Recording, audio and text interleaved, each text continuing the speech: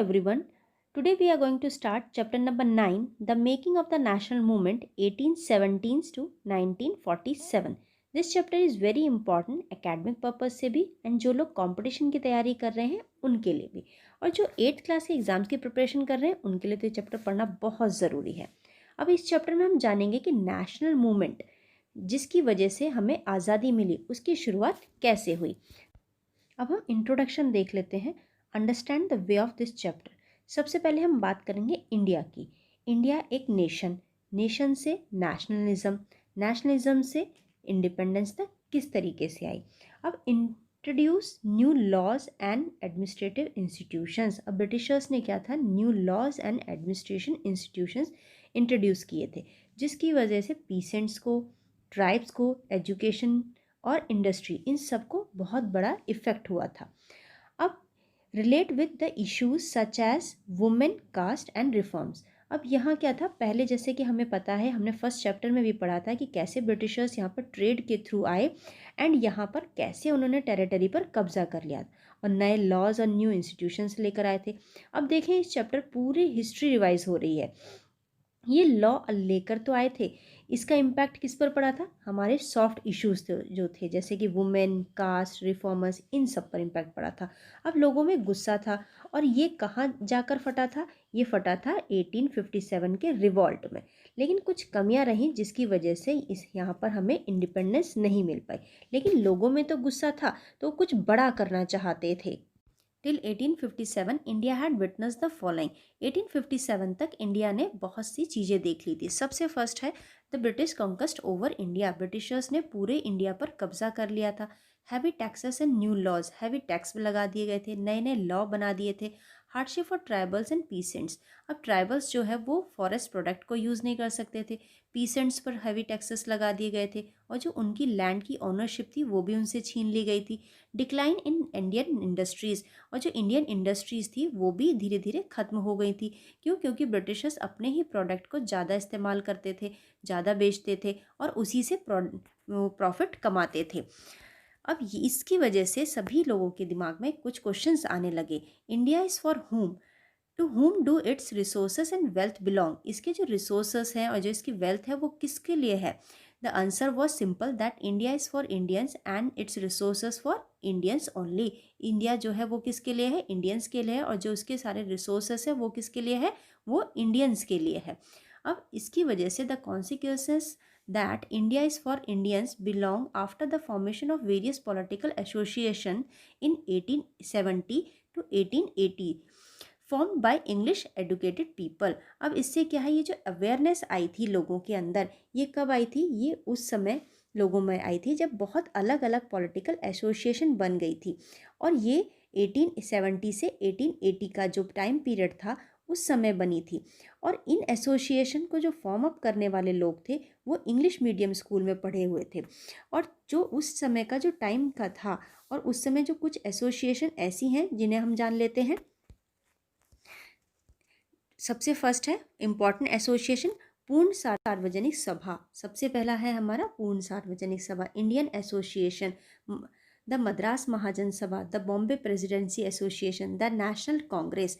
अब ये जो सारी थी, ये ही लोग थे जो जनता में, आम जनता के लोगों के बीच में जाकर अवेयरनेस फैला रहे थे। India is for Indians. Regions behind dissatisfaction with British rules. ऐसे क्या कारण थे कि जिसकी वजह से जो इंडियंस थे वो सेटिस्फाई नहीं थे ब्रिटिश रूल से। इसके हम 3 कारण पढ़ेंगे। आर्म एक्ट 1878, इसमें क्या था कि इंडियंस जो है वो अपने पास हथियार नहीं रख सकते थे। नेक्स्ट है वेनिकुलर प्रेस एक्ट 1878, इसमें ये क्या था, जितने भी इंडियन न्यूज़पेपर थे उसमें उस समय पर ब्रिटिशर्स ने सख्त रिस्ट्रिक्शंस दे रखे थे कि तुम इनमें से ब्रिटिशर्स के खिलाफ किसी में भी कोई प्रिंट नहीं कुछ प्रिंट करेगा। अगर वो ऐसा करते थे तो उनकी प्रेस को बंद कर दिया जाता था एंड मशीन्स को भी उठाकर ले जाया जाता था। अब एल्बर्ट बिल में क्या था, अब एल्बर्ट बिल के अकॉर्डिंग इंडियन जितने भी जज होते थे वो यूरोपियंस या ब्रिटिशर्स के केस को हैंडल नहीं कर सकते थे उस समय पर, जिसकी वजह से इंडियंस में बहुत गुस्सा था एंड उनका कहना था कि डिस्क्रिमिनेशन करते हैं आप। नेक्स्ट है हमारा, हम देखते हैं the controversy of Albert bill led to the formation of Indian National Congress. So 72 delegates met in Bombay in 1885 and formed INC। तो हम कह सकते हैं कि एल्बर्ट बिल को जो लेकर आए थे उसकी कंट्रोवर्सी की वजह से ये इंडियन नेशनल कांग्रेस अराइज हुई थी।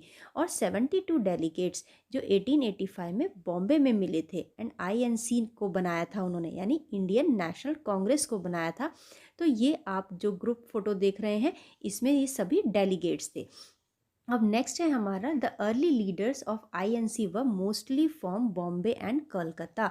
ये जो ज़्यादातर जो हमारे लीडर्स थे उस समय पर इंडियन नेशनल कांग्रेस के, वो ज़्यादातर बॉम्बे एंड कोलकाता से थे। जैसे कि आप फोटो में देख रहे हैं, दादा भाई नौरोजी हैं, फिरोज शाह मेहता हैं, बहादुर दीन हैं, सुरेंद्र नाथ जी हैं, RC दत्त हैं, ये सभी ज़्यादातर बॉम्बे एंड कोलकाता से थे।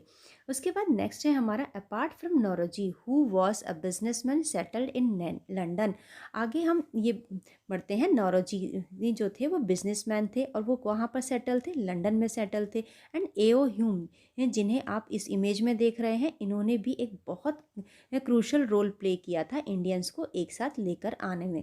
अब वो चाहते थे इंडियंस को कि इंडियंस जो के लिए जो है बहुत इम्पॉर्टेंट है इंडिया को अपने कंट्रोल में लेना।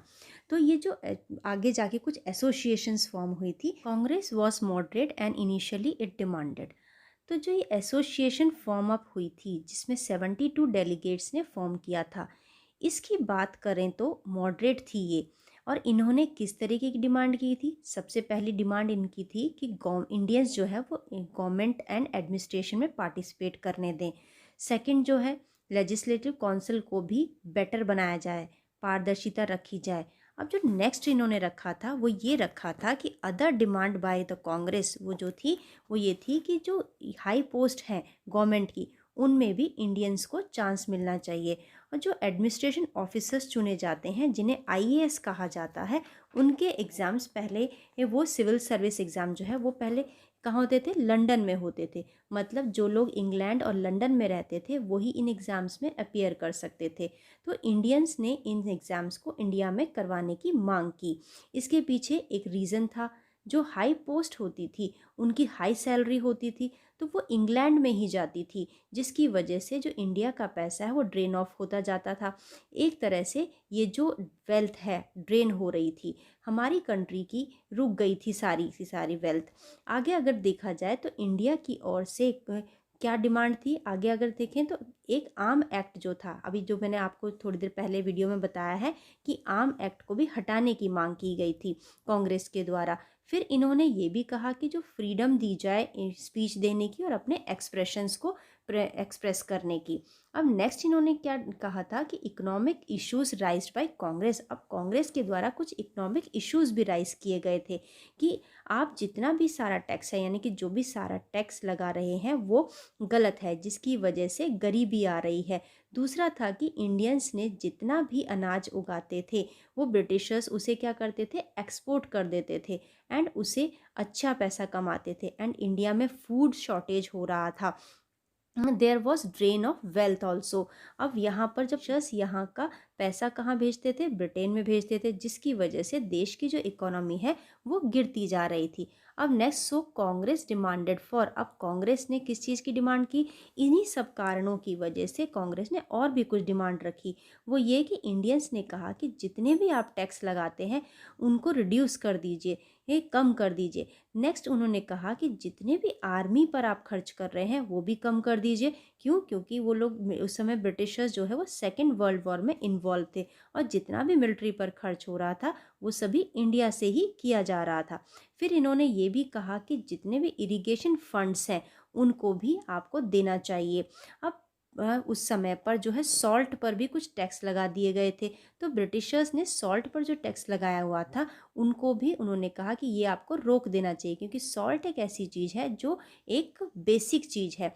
तो उनकी अपनी मोनोपोली थी कि उसके अगेंस्ट भी उन्होंने ये क्या था कि वो किसी को भी रेवोल्यूशन करने नहीं दे रहे थे। जितने भी ट्राइबल्स थे उनको भी फॉरेस्ट में एंटर नहीं करने दिया जाता था, उनको भी कोई भी अपना सामान से लेने नहीं दिया जाता था। इसी के साथ आगे उन्होंने क्या कहा, in the order of to bring awareness moderate leaders began publishing articles and newspapers and started delivering speeches to show how British rule was ruling India. इसी के साथ इन लोगों ने क्या करने लगे कि जितने भी मॉडरेट लीडर्स थे, ये जो शांतिपूर्ण तरीके से अपना काम करवाना चाहते थे, इन्होंने क्या किया कि न्यूज़पेपर्स आर्टिकल्स लिखने शुरू कर दिए। अब स्पीच देनी शुरू कर दी ताकि इंडिया को पता चल सके कि ब्रिटिशर्स किस तरह से इंडिया को र्यून कर रहे हैं, इंडिया की बुरी हालत हो गई है। By 1890, various leaders began criticizing Congress for their politic of prayers. अब बेसिकली मॉडरेट लीडर्स क्या थे, जो हिंसा नहीं चाहते थे। अब 1890 में इन लीडर्स को क्रिटिसाइज करना शुरू कर दिया। दूसरे कुछ ऐसे लीडर्स थे जिन्होंने मॉडरेट लीडर्स को क्रिटिसाइज करना शुरू कर दिया था कि आप जो ये बार बार ब्रिटिशर्स के पास जाकर प्रेयर करने लगते हैं, वो गलत है। इसमें कौन थे? बाल गंगाधर तिलक थे, लाला लाजपत राय थे, बिपिन चंद्र पाल थे, जो कि पॉलिटिक्स ऑफ प्रेयर के खिलाफ थे। इन लोगों का कहना था कि हमें सेल्फ रिलायंस के बारे में सोचना चाहिए और एंकरेज करना चाहिए लोगों को स्वराज के लिए। अब so this was the time period when moderate and radicals began their own way of opposing the British rule. अब ये क्या था कि अब सभी अपना ऐसा टाइम पीरियड चल गया था कि जो मॉडरेट एंड रेडिकल लीडर्स हैं, वो अपने अपने तरीके से ब्रिटिशर्स का अपोज करने लग गए थे। तो इसी टाइम पीरियड के समय पे बहुत बड़ा मेजर इवेंट हो गया था, जिसकी वजह से पूरी कहानी जो है वो बदल गई थी। अब वो क्या था? वो था partition of Bengal in 1905 which was done so split in Bengal Bengali people on the. अब ये क्या था कि इसमें जो है 1905 में, अब अगर हम ऐसे ऐसे समझ लेते हैं कि जो पुराने टाइम के बंगाल रीजन की बात करते हैं, तो उसमें और ये जो था उड़ीसा और कुछ पार्ट थे बंगाल के शामिल थे। अब इसमें क्या था कि इस तरह से पार्टीशन किया गया था कि जिससे बंगाली लीडर्स का प्रभाव कम किया जा सके। यानी ब्रिटिशर्स ने जो पार्टीशन किया था वो इसलिए किया गया था कि जिसकी वजह से जो बंगाली लीडर्स हैं उनका जो है प्रभाव कम हो जाए। हाँ, इसको किसने करवाया था? इसे करवाया था वायसरॉय कर्जन ने। अब जिसकी आप पिक्चर में देख रहे हैं, इन्होंने कहा था कि ये इतना, इनका कहना था कि ये इतना बड़ा हिस्सा है कि इसका जो एडमिनिस्ट्रेशन ठीक से नहीं चल पा रहा था। और एडमिनिस्ट्रेशन में क्या आता है? जैसे कि ये एजुकेशन आती है, हेल्थ फैसिलिटीज़ आती हैं, सिटीज़ का लॉज एंड ऑर्डर ठीक से चल रहा है कि नहीं। तो ये सारे कारण ब्रिटिशर्स ने बता दिए थे इस पार्टीशन को करने के। अब जो अलग अलग कम्युनिस्ट थे वो एक होकर काम कर रहे थे। उन्हें अलग कर दिया, यानी पहले तो सब एक थे, अब उन्हें क्या कर दिया? अलग हो गए, यानी डिवाइड हो गए। अब आगे क्या हुआ कि जिसकी वजह से लोगों में और ज़्यादा गुस्सा बढ़ गया एंड उन्होंने स्वदेशी मूवमेंट स्टार्ट कर दिया। मास प्रोटेस्ट करने लगे अलग अलग जगहों पर जाकर, और जो आंध्र प्रदेश में वंदे मातरम के नाम से आया। अब नेक्स्ट क्या हुआ कि swadeshi movement encourage and support the following. अब स्वदेशी मूवमेंट ने किसको एंकरेज और सपोर्ट किया? कि जो अपनी इंडिया की फैक्ट्रीज हैं उन्हीं का सामान खरीदा जाए, या अपनी ही जो एजुकेशन है उसी को सपोर्ट किया जाए। ब्रिटिशर्स की जो एजुकेशन पॉलिसी है उसको डिनाई किया जाए, उनके द्वारा जो बनाए गए इंस्टीट्यूशंस हैं उनमें एडमिशन नहीं लिया जाए। इंडियन लैंग्वेज को इस्तेमाल किया जाए, इंग्लिश लैंग्वेज को नहीं यूज़ किया जाए। अब जो ब्रिटिशर्स गुड हैं उनका बायकॉट, यानी जो ब्रिटिशर्स का सामान है उनका बायकॉट किया जाए। उनके जो इतने भी इंस्टीट्यूशंस हैं उनमें जाना बंद कर दें। अब इसी दौरान अब कुछ स्वदेशी मूवमेंट चल रही थी। अब एक और तो कुछ चीज़ें ऐसी हो रही थी, एक ऐसा ग्रुप आ गया था। एंड दूसरी और क्या हुआ था कि one another hand a new group form, दूसरी तरफ एक नया ग्रुप आ गया था जिसका नाम था मुस्लिम लीग, जो कि 1906 में डक्का में हुआ था। अब जो ये ग्रुप आप देख रहे हैं पिक्चर में, इसमें ऐसे कुछ मेंबर्स हैं। इसको फॉर्म अप किया गया था मुस्लिम लैंडलॉर्ड्स एंड नवाब्स के द्वारा। इसमें क्या था कि इन्होंने सपोर्ट किया था बंगाल के पार्टीशन को। ये एक नया ग्रुप आया था जिन्होंने में इस पार्टीशन का सपोर्ट किया था।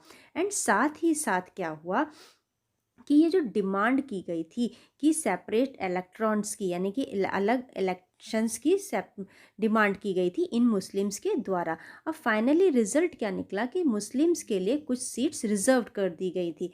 अब इसके बाद क्या हुआ कि कांग्रेस ने जो है 1907 में कुछ मतभेद आ गए थे, जिसकी वजह से ये दो ग्रुप में बट गया, एक तो मॉडरेट और एक रेडिकल्स में। लेकिन आगे जाकर दोनों ग्रुप्स में के जो लोग थे एकजुट होकर काम करना चाहने लगे थे।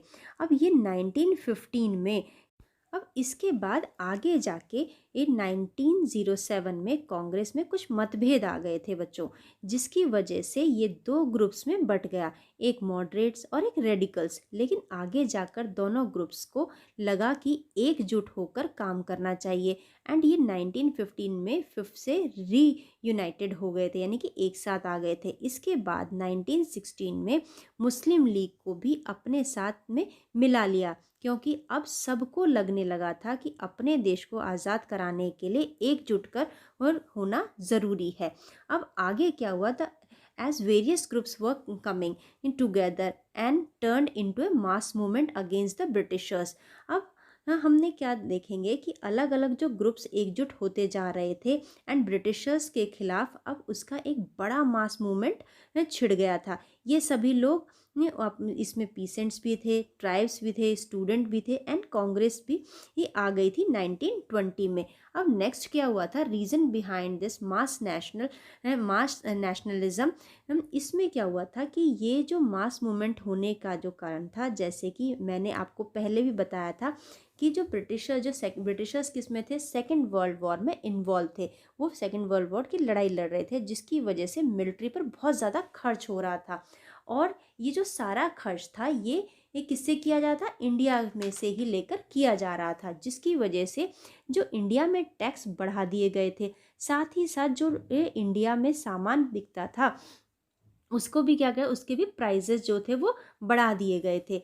अब क्योंकि ब्रिटिशर्स का एम था कि जितना हो सके ये इनकम अर्न कर लो, तो इंडिया से ही होनी थी वो इनकम तो, एंड वर्ल्ड वॉर में जीत लेना चाहते, वर्ल्ड वॉर को क्या कहते, जीतना चाहते थे, अपना एक नया बड़ा राज्य बढ़ा सकें जिससे कि, और वहाँ के रिसोर्सेस को भी वो इस्तेमाल कर सकते थे। अब आगे क्या हुआ था कि ये एक और कारण था इस मास मूवमेंट का, कि ब्रिटिशर्स जब ज़बरदस्ती लोगों को आर्मी में ये रिक्रूट कर रहे थे, यानी कि भर्ती कर रहे थे। अब इस टाइम इंडियंस के जितने भी बिजनेसमैन थे जो कि उन्हें एक अच्छा इनकम अर्न कर रहे थे, वो कैसे, ब्रिटिशर्स तो वॉर में रिलेटेड थे, वॉर से रिलेट हो रखे थे, यानी वॉर में बिजी थे, तो उनको बहुत ज़्यादा सामान अपना जो बना रहे थे वो सिर्फ वॉर से ही रिलेटेड सामान बना रहे थे।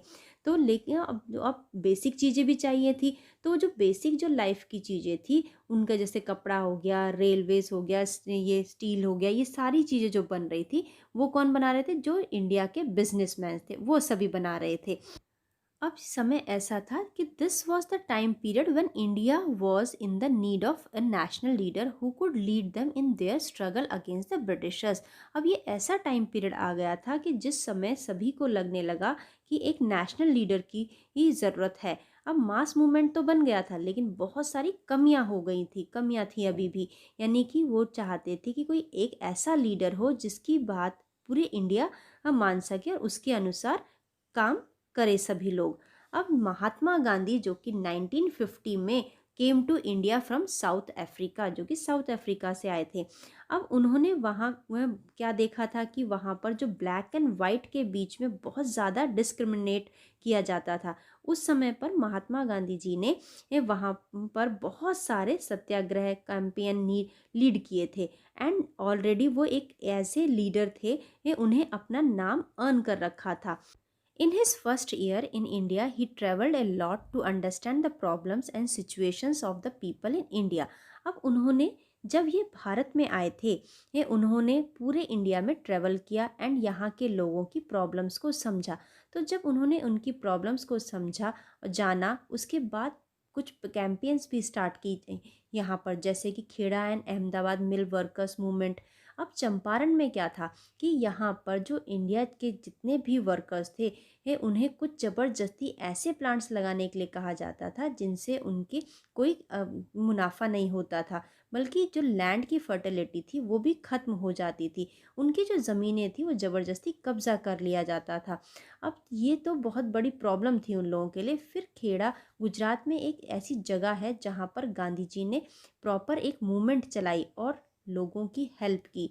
ऐसे ही अहमदाबाद में मिल में भी गांधी जी ने वर्कर्स की प्रॉब्लम्स को सॉल्व किया, शॉर्ट आउट किया।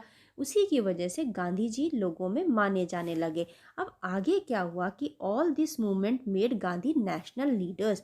अब इन सब की वजह से गांधी जी ये जो है बिकम अवर नेशनल लीडर्स। ये जो टाइम पीरियड दिया है 1919 से 1922, अब इसकी बात कर लेते हैं। तो सबसे पहले रॉलेट सत्याग्रह 1919 में जो हुआ था उसकी बात करते हैं। ये एक्ट आया था 1990 में। इसमें क्या था कि लोगों पर रिस्ट्रिक्शंस लगा दी गई थी कि कोई भी कहीं पर भी जाकर स्पीच नहीं दे सकता था, अपने एक्सप्रेशंस व्यक्त नहीं कर सकता था।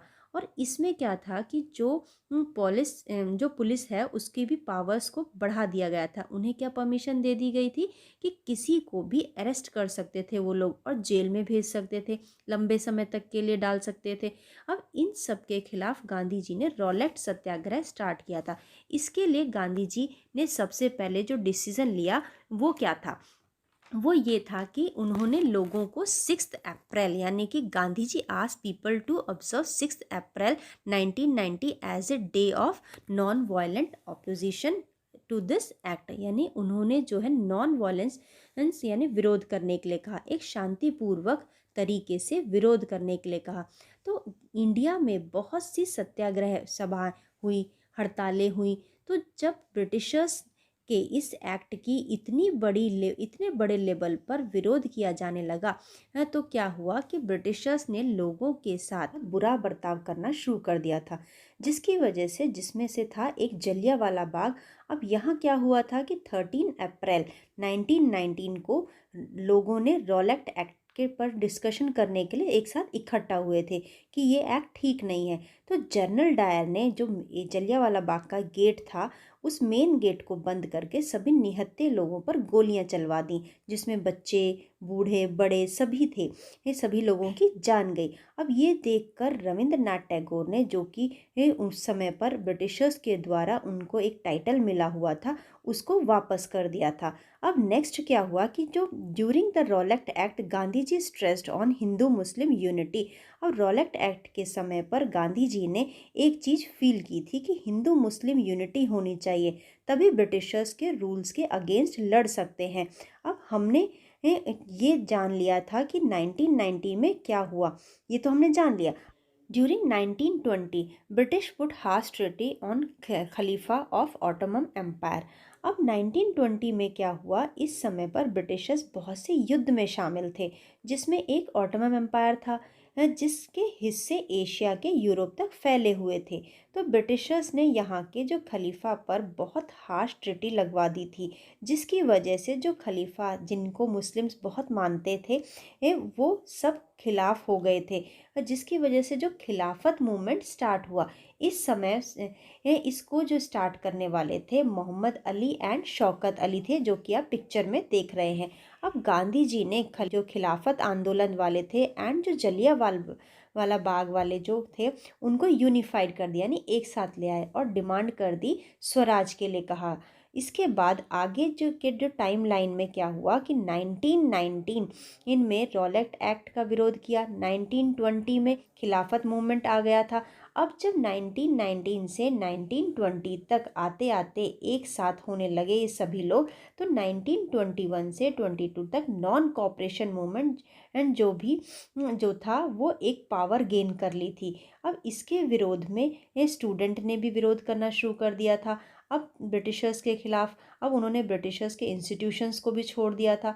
अब इसमें जो आ गए थे वो कौन कौन आ गए थे, स्टूडेंट आ गए थे, पीसेंट्स आ गए थे, ट्राइबल्स आ गए थे, ये सभी इनके विरोध में आ गए थे। तो जो इसमें लॉयर थे जैसे कि मोतीलाल नेहरू और जो CR दास, आसफ अली, ये सभी भी अपनी अपनी प्रैक्टिस छोड़ दी थी इन सभी ने भी, जैसा कि आप पिक्चर में देख रहे हैं। अब नॉन कॉपरेशन मूवमेंट शुरू हो गया था। यहाँ पर इंडियंस ने अपने अपने टाइटल्स वापस करने शुरू कर दिए थे। टाइटल्स क्या है, जैसे कि अगर अपने फील्ड में कोई उस समय पर ब्रिटिशर्स के टाइम पर कोई अच्छा काम करता था तो ब्रिटिशर्स के द्वारा जो है एक सर का टाइटल दिया जाता था, जैसे कि रविंद्रनाथ टैगोर ने वापस किया था। अभी मैंने आपको वीडियो में बताया हुआ है। अब जो विधानसभा होती है उसका बायकॉट शुरू कर दिया था, जैसे कॉलेज, स्कूल, लेजिस्लेचर, चाहे लॉ कोर्ट्स हो, जो भी ब्रिटिशर्स द्वारा सेट किए गए थे वो सब बायकॉट शुरू कर दिया था उन सब चीज़ों का। अब जो भी कपड़े फॉरेन द्वारा बनाए गए थे या आए हुए थे उन सबको भी जला दिया गया था, जिसकी वजह से फॉरेन कपड़े का जो है वो डिक्लाइन होता चला गया था, यानी ख़त्म होता चला गया था। जैसे भारत में पहले बना हुआ कपड़ा ब्रिटिशर्स ने ख़त्म करवा दिया था अलग अलग तरीक़ों से, उसी तरीके से अब ब्रिटिशर्स का जो कपड़ा आता था भारत में वो भी धीरे धीरे ख़त्म हो गया था। जैसे बहुत ज़्यादा पहले टैक्स लगा दिया था भारत के कपड़ों पे और भी अलग अलग प्रॉब्लम्स खड़ी कर दी थी, जिसकी वजह से ब्रिटिशर्स के ये जो फ़ायदा हुआ था वो सभी इंडिया का कपड़ा महंगा होने की वजह से वे फ़ॉरेन से ही आया हुआ कपड़ा खरीदने लगे थे। लेकिन अब जब नॉन कॉपरेशन मूवमेंट चल रहा था तो अदर लोग जो थे उन्होंने भी एक्स्ट्रा स्टेप्स लेने शुरू कर दिए थे। अब जैसे हम देखें आगे क्या हुआ था कि पीसेंट्स जो थे यानी किसान जो थे उन्होंने भी अपने अपने आंदोलन शुरू कर दिए थे बड़े बड़े, जैसे कि उनके ऊपर बहुत टैक्स लगा दिया था उसके खिलाफ खड़े हो गए थे। जैसे कि खेड़ा जो कि गुजरात में है, आंध्र प्रदेश में शुरू हो गया था, तमिलनाडु में शुरू हो गया था। तमिलनाडु और आंध्र प्रदेश में क्या था कि वहाँ पर जो लिकर की शॉप्स होती हैं वो बंद कराने के लिए अगेंस्ट स्टेप उठाने शुरू कर दिए थे, क्योंकि इंडिया में तो पहले ऐसी चीज़ें थी ही नहीं। और भी इस तरीके जो आदिवासी लोग थे उन्होंने भी ऐसे स्टेप्स उठाए थे जो कि फॉरेस्ट लॉ के अगेंस्ट थे, क्योंकि ब्रिटिशर्स ने उन पर कुछ ऐसी रोक लगा दी थी कि जो कि वो फॉरेस्ट में नहीं जा सकते थे। जबकि जो आदिवासी लोग होते हैं उनका तो सारा फॉरेस्ट से ही सामान और प्रोडक्ट लेते हैं, वो जो भी चीज़ें होती है उसी के द्वारा यूज़ करते हैं। तो जितना भी वहाँ पे फॉरेस्ट में जो भी सामान प्रोड्यूस होता था उसको वो यूज़ नहीं कर सकते थे। इस पर उन्होंने ब्रिटिशर्स ने रोक लगा दी थी।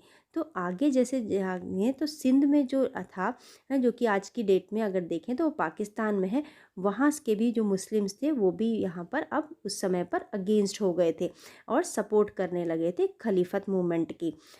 अब पंजाब में जो अकालीस रिमूव्ड करप्ट महान सपोर्टेड बाय ब्रिटिशर्स। अब जब पंजाब में जो अकालीस ने जो सपोर्ट में थे ब्रिटिशर्स के, जो कि ब्रिटिशर्स उनको सपोर्ट करते थे, उनका भी विरोध करना शुरू कर दिया था।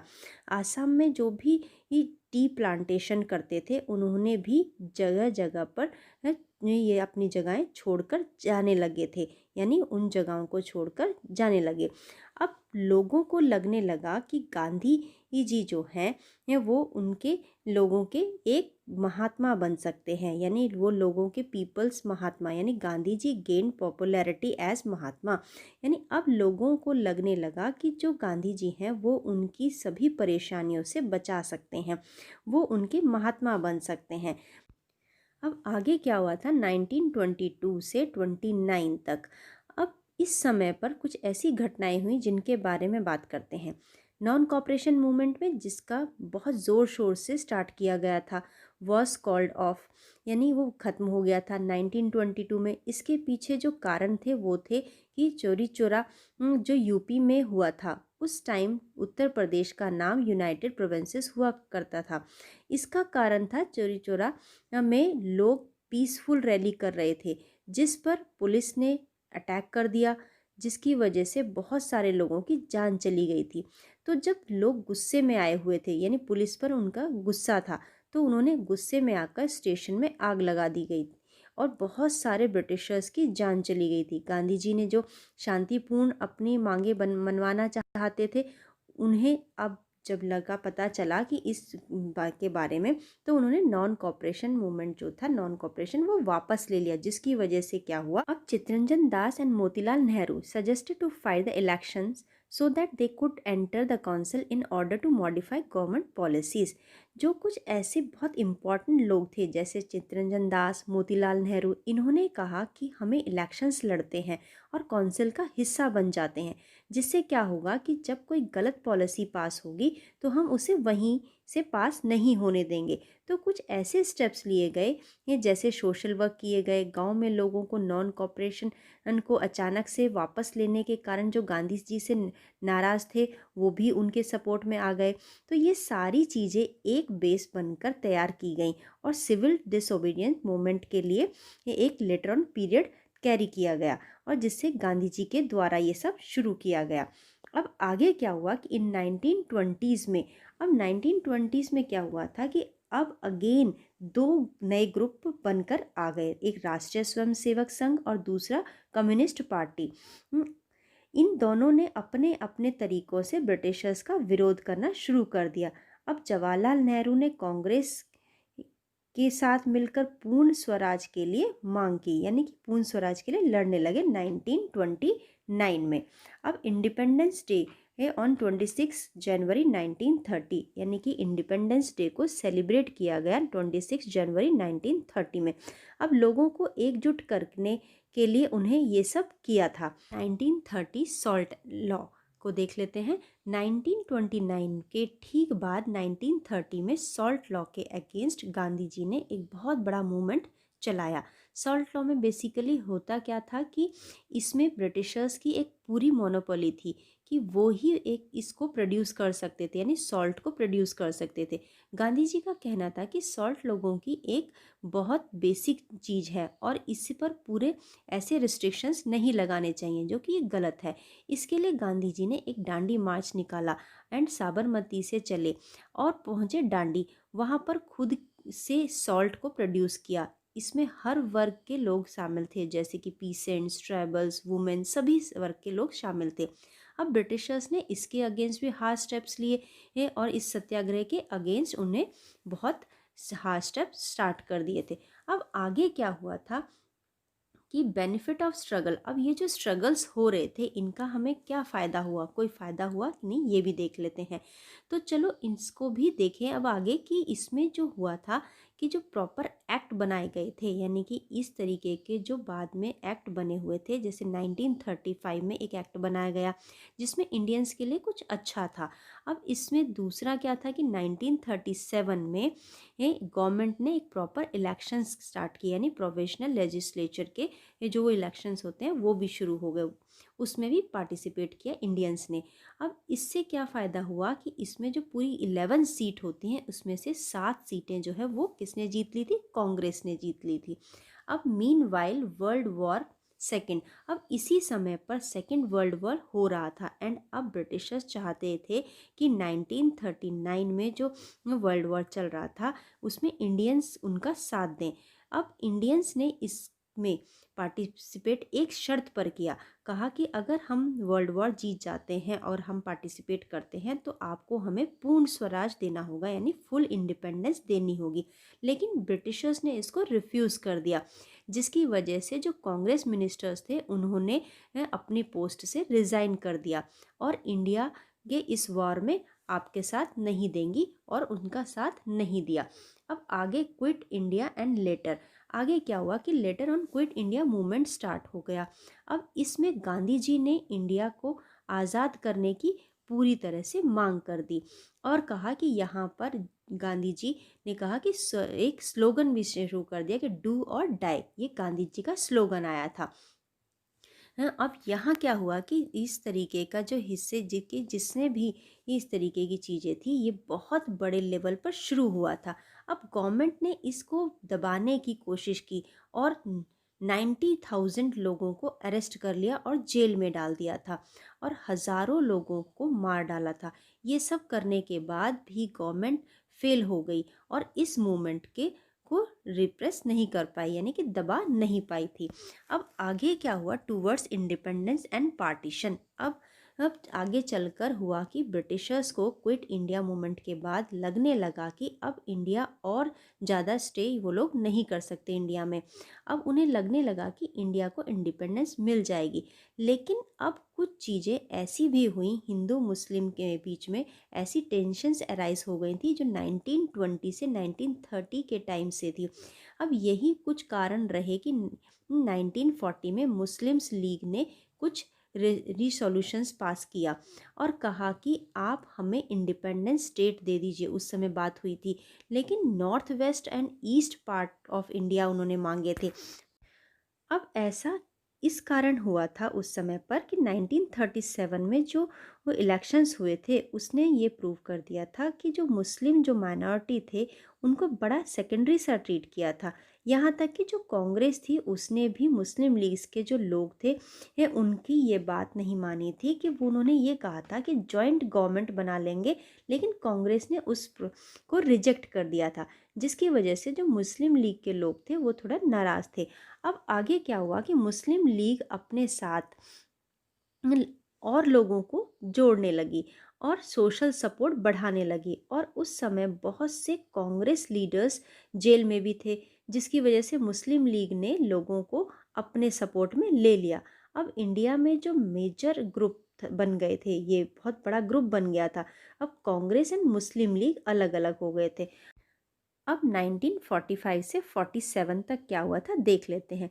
उस समय पर कुछ ऐसी चीज़ें हुई थी कि अब ब्रिटिशर्स के पास इंडिया में रुकने का कोई तरीका ही नहीं बचा था, तो उन्होंने कांग्रेस एंड मुस्लिम्स के बीच में आ गए थे, यानी प्रॉब्लम्स करनी शुरू कर दी थी। अब मुस्लिम्स को क्या लगने लगा कि ये वही लोग हैं, उनके बारे में और कोई सोच नहीं रहा है, जो कि गलत था। अब आगे चलकर क्या हुआ ये देख लेते हैं कि 1946 में कांग्रेस जनरल कॉन्स्टिट्यूएंसीज में जीत रही थी। अब एंड ऐसी सीट्स जो मुस्लिम्स के लिए रिजर्व थी, वहाँ केवल मुस्लिम जीत रही थी, तो यहाँ पर डिफरेंसेस आ गए एंड प्रॉब्लम भी खड़ी हो गई। इसका क्या रिजल्ट हुआ कि 1946 में लीग ने डिमांड कर दी सेपरेट नेशन की, जिसका नाम था पाकिस्तान। अब 1946 मार्च में क्या हुआ कि और चीज़ें हुई। अब ब्रिटिशर्स ने जो है अपने कैबिनेट में 3 मेंबर्स भेजे हैं, जो कि ये कहा कि हम एक ऐसी कमेटी बना देते हैं, दिल्ली में भेजा, जहाँ कहा कि ये हमारे पास आपके लिए एक सजेशन है और हम आपको एक फ्रेमवर्क बना कर देंगे इंडिया के लिए। इन्होंने सजेस्ट किया कि इंडिया में ही कुछ हिस्से मुस्लिम्स के लिए कर दीजिए और कुछ कांग्रेस चलाएगी, लेकिन दोनों ने ऐसा करने से मना कर दिया, यानी कांग्रेस ने भी और मुस्लिम लीग ने भी, दोनों ने ऐसा करने से मना कर दिया। अब 16 अगस्त 1946 में डायरेक्ट एक्शन के तौर पर डिक्लेयर कर दिया गया था इस दिन को। उन्होंने कहा था कि हमारी बातों को सुना नहीं जा रहा है। इस एक्शन की वजह से कलकत्ता में दंगे फसाद शुरू हो गए थे, जिसकी वजह से हज़ारों लोगों की जान चली गई थी। आगे चलकर ये दंगा फसाद मार्च 1947 में जो नॉर्थ इंडिया में है बहुत बड़े लेवल पर फैल चुका था। इसका नतीजा ये निकला कि हज़ारों लोगों की जान चली गई और बहुत सारे लोग बेघर हो गए थे। फिर एक नई कंट्री भी बनी। अब वो नई कंट्री का नाम था पाकिस्तान। अब इस समय ब्रिटिशर्स का रूल तो ख़त्म हो गया था, लेकिन भारत बदल गया था और बहुत सारी सिटीज़ और भी चेंज हो गई थी। तो अब हम ये क्या कह सकते हैं कि खुशी के साथ जो हमें आज़ादी मिली थी, उसका एक ये दुख भी था कि भारत के 2 पार्ट्स हो गए थे। तो बच्चों ये आपका चैप्टर था। अब हम आगे इसके क्वेश्चन आंसर्स देख लेते हैं, जो कि बहुत इंपॉर्टेंट क्वेश्चन होते हैं, जैसे कि मैं हमेशा अपनी हर वीडियो में आप लोगों को देती हूँ। क्वेश्चंस देखते हैं। Dash was the English founder of Congress. ये मैंने आपको बताया कि कौन थे कांग्रेस के फाउंडर। ये आपको आंसर बहुत इजीली मिल जाएगा, आप वीडियो एक बार फिर से देख सकते हैं। And the struggle for partition of Bengal came to be known as, ये भी आपको आंसर पता है। Partition of Bengal was announced in, अब पार्टीशन ऑफ बंगाल्स कब अनाउंस किया गया था? बहुत इजी, बहुत सिंपल क्वेश्चन का आंसर है इसका, इसे ज़रूर बताएंगे। The partition of Bengal was supported by, अब पार्टीशन ऑफ बंगाल है वो किसके द्वारा सपोर्ट किया गया था? वेरी सिंपल आंसर है इसका। तो बच्चों ये आपका चैप्टर कंप्लीट हो गया है। इंग्लिश बाबा चैनल को लाइक और सब्सक्राइब करना ना भूलें। Thank you.